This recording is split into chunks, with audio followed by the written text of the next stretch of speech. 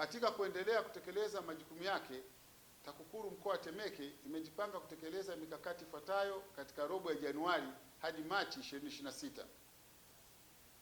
Kuandaa na kutekeleza bonanza kubwa la wanafunzi wa shule za sekondari wanaoshiriki katika klabu za wapinga rushwa zilizopo wilaya ya Temeke, ikijumuisha michezo, nyimbo, mashairi, maigizo na mada mahsusi kwa lengo la kuimarisha uelewa na ushiriki wa vijana katika mapambano dhidi ya rushwa.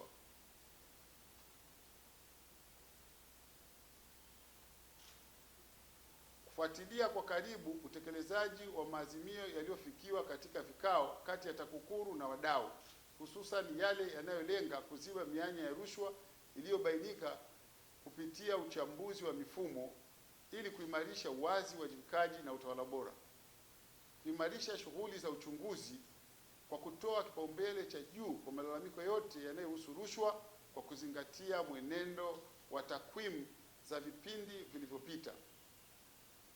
Mkakati huu utalenga kuongeza kasi na ubora wa uchunguzi, kukamilisha mashauri kwa wakati na kuhakikisha kesi zenye ushahidi wa kutosha zinafikishwa mahakamani. Wito.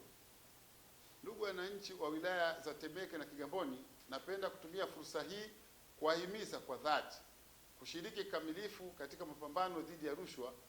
Vita hii si ya taasisi moja pekee, bali ni jukumu la kila mmoja wetu. Ni kwa mshikamano, ujasiri na uwajibikaji wa pamoja ndipo tunaweza kujenga Tanzania yenye haki, uadilifu na maendeleo ya kweli, Tanzania isiyokuwa na rushwa. Tujiepushe kabisa na vitendo vya rushwa kwa namna yoyote ile na kuchukua hatua za kijasiri kwa kutoa taarifa pale wanapobaini dalili za rushwa katika maeneo yao.